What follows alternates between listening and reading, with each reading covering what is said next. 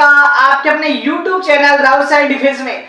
बाबू हम लोगों ने मिलकर एक सीरीज का शुरुआत किया था, जो लास्ट डे मैंने वीडियो डाल दिया था और उसमें बताया था मैं टॉप 10 क्वेश्चन डालूंगा। वो क्वेश्चन डालूंगा जो लास्ट ईयर में एग्जाम में बार बार उनके ऊपर पूछे। क्वेश्चन वो नहीं है जो एग्जाम में पूछे गए हैं, क्वेश्चन वो है जिस कंसेप्ट से पूछे जाते हैं। आई होप बाबू आपको चीजें क्लियर होंगी। अगर आप जैसे भी जहां भी जिस स्थिति में बैठे हो, फटाफट अपना पेन अपनी कॉपी दोनों चीज आप निकालो और चीजों को जैसे जैसे मैं क्वेश्चन को करूं और मेरे से पहले आप क्वेश्चन को सोल्व करो और जितना भी आपका 10 में से स्कोर रहता है वो स्कोर आपको कमेंट सेक्शन में जरूर से डालना है। जो बच्चा अवेयर है, जो बच्चा डेडिकेट है अपने सिलेक्शन को लेकर, वही बच्चा कमेंट करे और जो बच्चा चलता फिरता मेरी क्लास में आ गया उसको कमेंट करने की कोई आवश्यकता नहीं है। बाबू बात करते हैं पहले क्वेश्चन की। बेटा पहले क्वेश्चन का क्या करना है, इसका समाधान करना है। बेटा देखो मैं करूंगा इसमें जुगाड़। जुगाड़ का मतलब क्या बेटा, नीचे जैसा है वो मैं वैसा ऊपर बनाने की कोशिश करता हूं। सर इसमें एक जोड़ दिया तो मुझे एक बेटा घटाना भी पड़ेगा। अच्छा सर बिल्कुल घटाना पड़ेगा। बाबू डिवाइड में कितना है 1 + x²। कहने का मतलब 1 + x² का डिवाइड इसमें दूंगा, इसका यानी अलग अलग क्या करूंगा, इसका डिवाइड करूंगा। यानी कि x² प्लस का 1 और इंटू dx डिवाइड में कितना है बेटा 1 प्लस का x² माइनस बेटा माइनस सर माइनस का dx और डिवाइड में कितना 1 प्लस का x²। आई हो बेटा चीजें क्लियर होगी। बाबू ये वाला इससे कट जाएगा तो क्या बचेगा आपके पास, यहाँ पे बचेगा dx बचेगा। और बेटा इसका जो समाधान होता है वो सीधा क्या होता है tan इनवर्स x होता है। याद रखना बेटा इसका जो समाधान सीधा क्या होता है tan इनवर्स x होता है। बेटा dx का समाधान करूंगा तो कितना जाएगा x और इसका कितना tan इनवर्स x और प्लस का c। ये आपके पास का राइट आंसर। अगर क्वेश्चन सी है तो टिक लगाओ, गलत है तो गलत का टिक लगाओ। बाबू क्वेश्चन नंबर 2 के प्रसाद में x की पावर 2 का गुणांक बताना है। बेटा x की पावर 2 का गुणांक बताने का तरीका क्या है, मैंने कहा बेटा जब भी आप गुणांक की बात करें पहले आ निकालो। आ क्या बेटा, इस वाले नंबर को इस वाली पावर को इस वाली पावर से गुणा करो, कितना गया 6। 6 में से बेटा कितना घटाना है आपको 2 घटाना है, डिवाइड लो और बेटा दोनों की पावर ऐड करो, अल्फा प्लस बीटा ऐड किया बेटा कितना 2। तो r बराबर 6 में से 2 गए तो 4/2। तो अपना r का मान बाबू कितना आया 2 आया। अच्छा सर r का मान 2 आया तो पद कौन सा होगा तीसरा, जितना r का मान पद उससे एक अधिक। पावर 6 है r का मान 2। बेटा कितना है सर 3 है, ये लो 3 डिवाइड में कितना बेटा सेकंड क्या है माइनस का 1। इसकी पावर कितनी 2, दोनों का डिफरेंस 4। बेटा इसको सोल्व कर लो, वो आपके पास का क्या हो जाएगा राइट आंसर जाएगा। नीचे कितना 2, 3 की पावर कितनी बार है बेटा 4 बार है। सर इसको सोल्व करते रहेंगे तो अपने पास आई होप 81 इसका आंसर आएगा। बेटा ऊपर कितना है सर इससे कटेगा कितना गया, यानी कि ये हो गया 15 और ये हो गया 81। बेटा 15 को 81 से आप मल्टीप्लाई करोगे तो x² का गुणांक आपके पास आ जाएगा। सवाल नंबर 3 a + b वेक्टर बराबर a - b वेक्टर के बीच कोण क्या।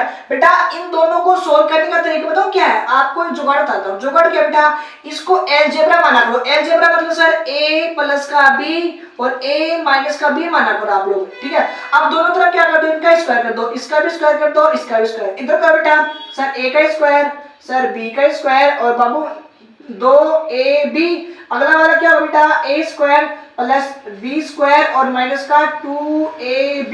बाबू इस वाले से ये वाला कट गया और इस वाले से ये वाला कट गया और बेटा ये वाला इधर आके प्लस का 2 है और इधर आके माइनस का 2 है, प्लस का 4 है। तो बेटा ये जो मान होगा वो कितना होगा 4ab, यानी कि a वेक्टर और b वेक्टर बाबू कितना 0।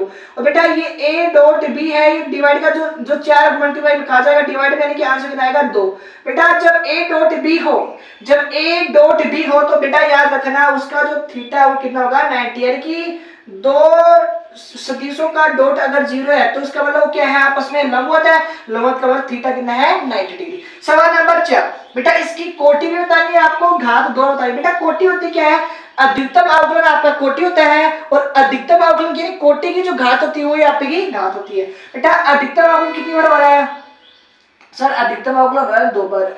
ये लो बेटा कर दिया, इसकी कोटि तो गई।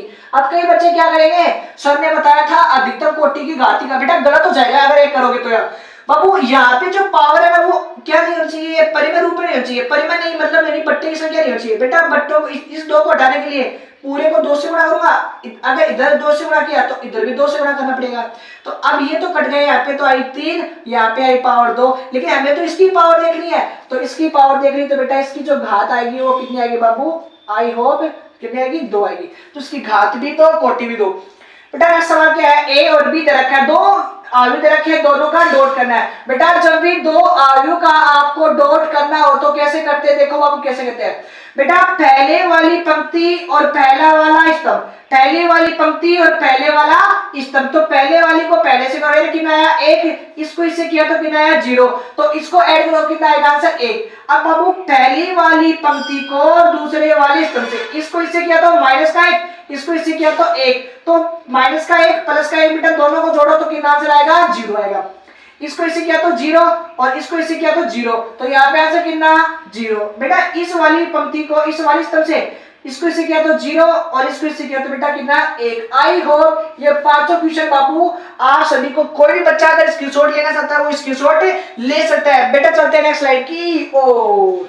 नंबर 6 की शुरुआत। उस रेखा का समीकरण क्या होगा जो अक्षों पर समान अंतःखंड काटती है और बिंदु से गुजरती है। बेटा आपको रेखा का समीकरण बताना है जो अक्षों से तो समान अंतःखंड बनाती है और बिंदु 4, के 5 से 4, से गुजरती है। बेटा अंतःखंड का समीकरण क्या आता है, x अपॉन में a और y अपॉन में b। बेटा a और b क्या है, a तो है एक्सिस पे काटा है अंतःखंड और b क्या है y पे काटा है। सर दोनों ही समान है, तो दोनों ही समान है, या तो दोनों से क्या लिखेंगे a लिखेंगे या फिर दोनों से क्या लिखेंगे बेटा b लिखेंगे।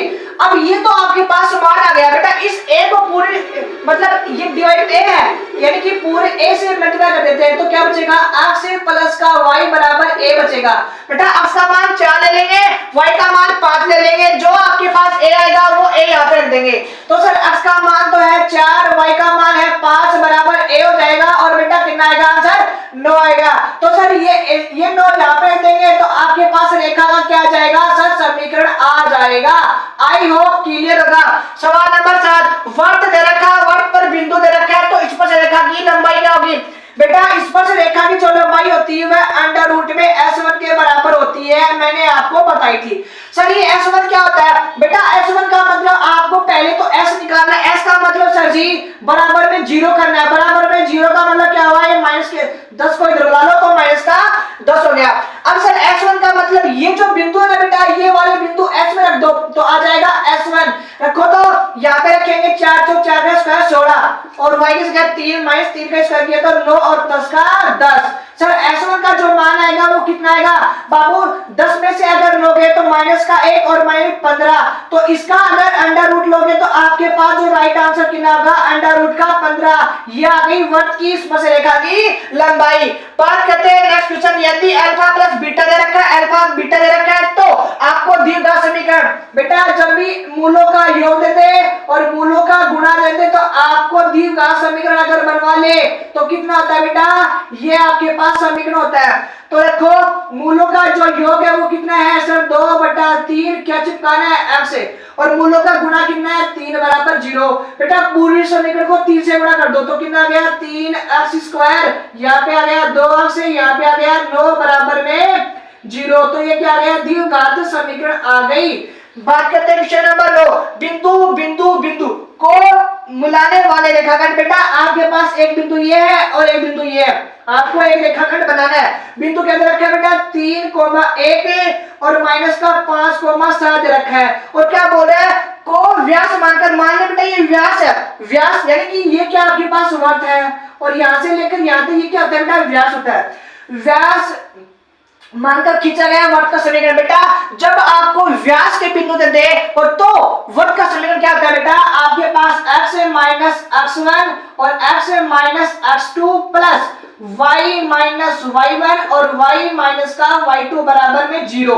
बाबू अपने पास ये क्या है x1 है, ये y1 है, ये क्या है x2 है, ये y2 है। बेटा ये वाले मान यहाँ पे रखो, x माइनस का x1 और x माइनस का और बेटा माइनस माइनस क्या हो गया प्लस हो गया।